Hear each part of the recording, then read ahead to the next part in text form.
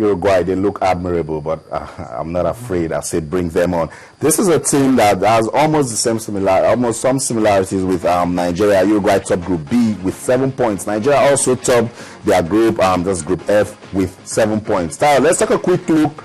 Nigeria's first opponent, Mexico, current champions. We taught them how to play football. Crushed Mexico by 6-1. Absolutely, best game of the tournament so far by the Golden Eaglets. That's it. Uruguay played New Zealand, destroyed New Zealand by 7-0. Annihilation.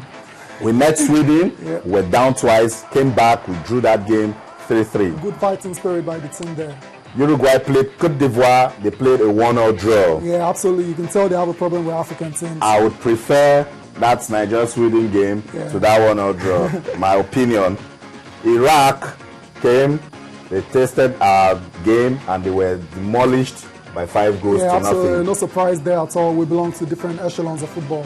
Uruguay defeated Italy by 2-1, and then we played Iran yesterday. We defeated them by 4-1, and then Slovakia defeated Uruguay defeated Slovakia by 4-2. Now, Nigeria has scored 18 goals.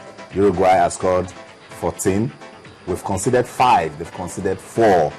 When these two sides meet, we should be expecting goals. Yeah, absolutely. We should be expecting goals. Two teams that love to attack, like I said, and there's really you can't really separate these two teams.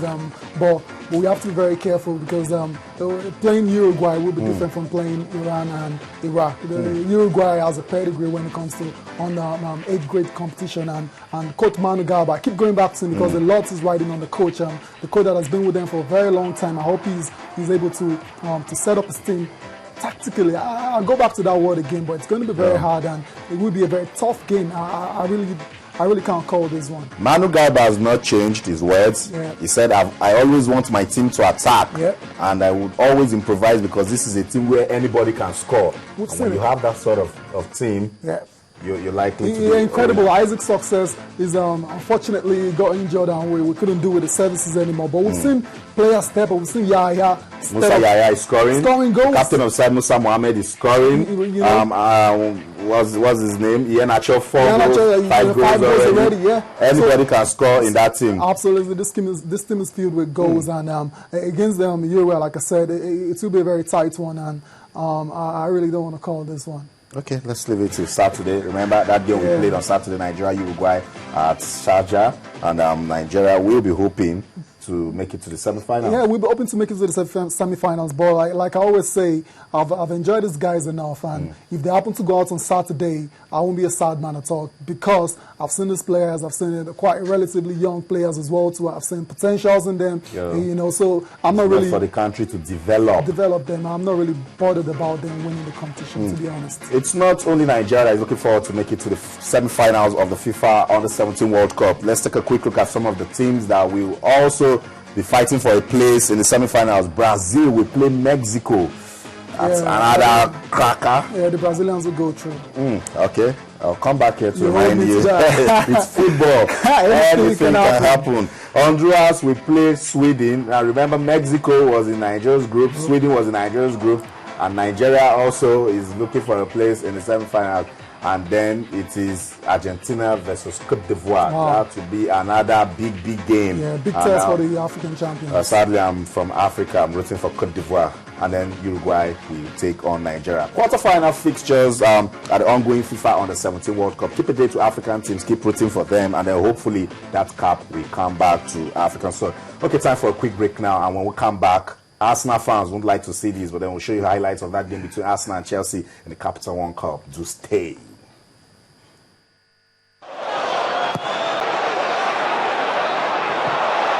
Given away to Monreal. Good effort and not far wide.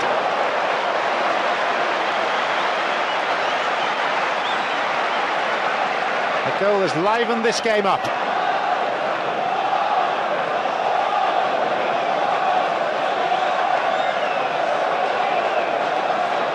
Looked up, picked his spot and nearly found it.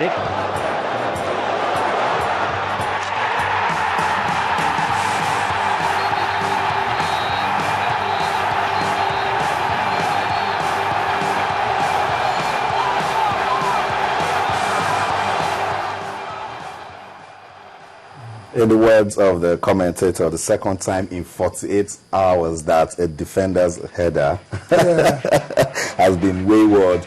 And I'm not even looking at that. Carl Jenkinson has got some question marks in his defending. But what about that goal by Juan Mata? Yeah, awesome. That's a reminder to Jose Mourinho. Why are you keeping me on the bench? Yeah, what he can do, and that was with his weaker foot as well too, and he struck it so sweetly, and the goalkeeper had no chance. And going back to the blunder by Carl Jenkinson, now a little bit it told me that it's a strategy actually employed by Jose Mourinho in training, where they just you just put the ball upfield and put the pressure on the defender, and he gets scared and he panics and it costs a goal for Chelsea. It's going well for Jose Mourinho at the Emirates. Chelsea is having a good record. They've actually gone there to win 4 times. I'm talking about playing Arsenal. Okay, quick look at what the papers are saying this morning. Complete Sports. Eaglets crush Iran 4-1. Set up quarter-final clash against Uruguay on Saturday.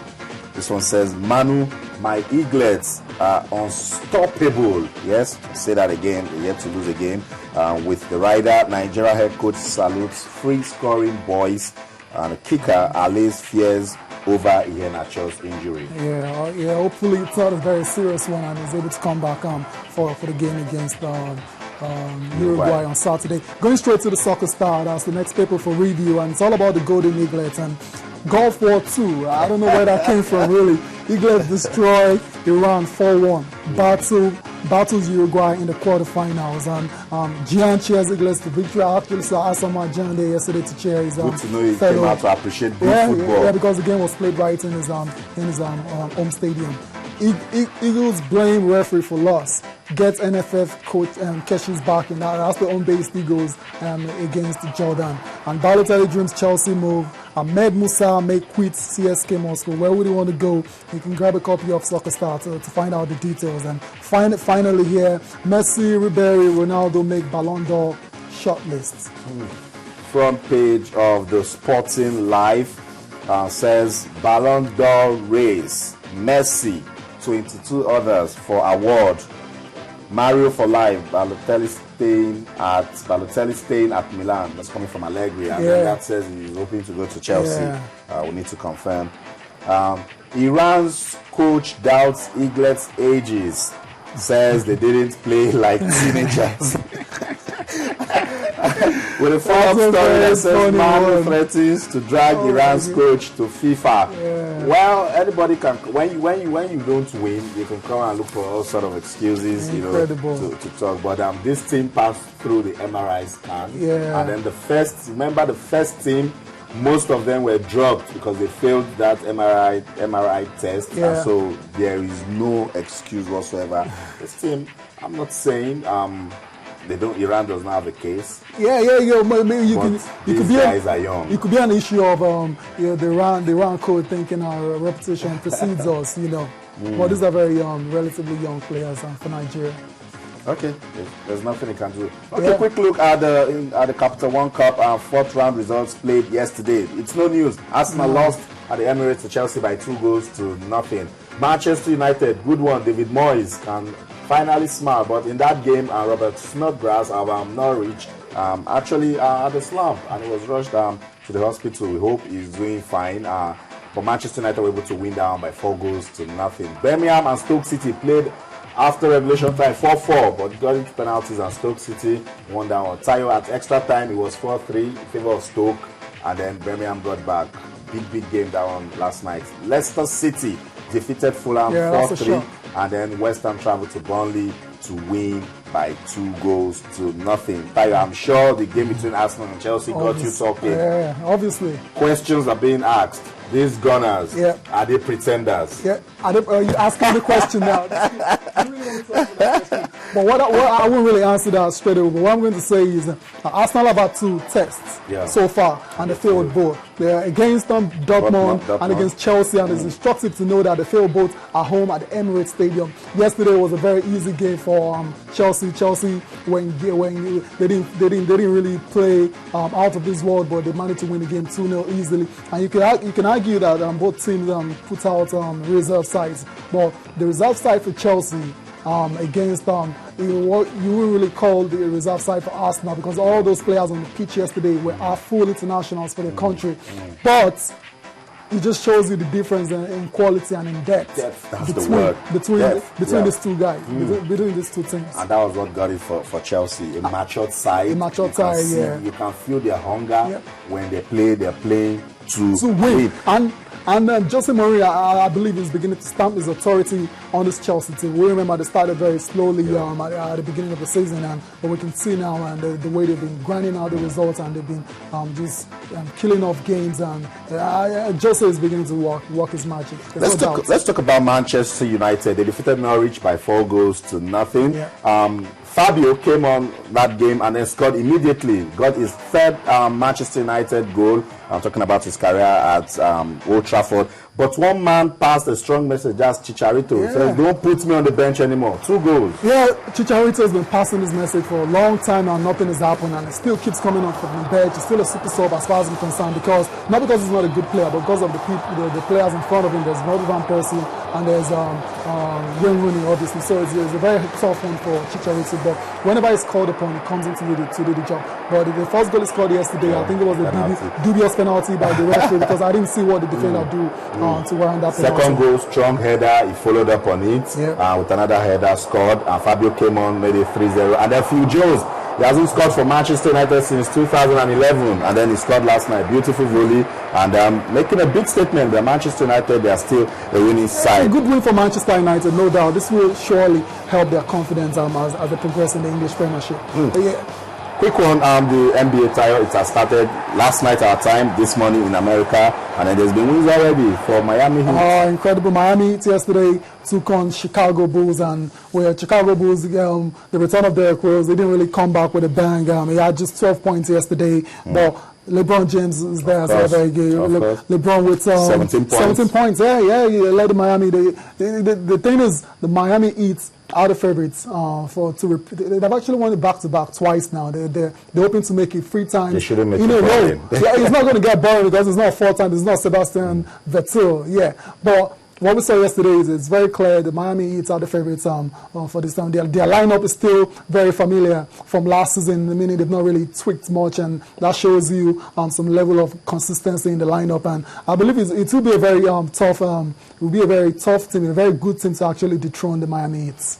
That's it. The NBA 2013-2014 season has started. So much to talk about. Action-packed world of sports. We'll leave you with highlights from the Paris Masters talking about tennis. There's been win for Novak Djokovic and then Richard Gasquet.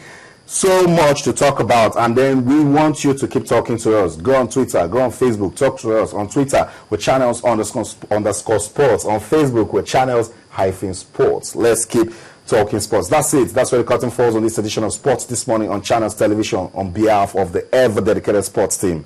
My name is Austin Okunakwan. In everything you do, remember, let's keep talking sports. Bye for now.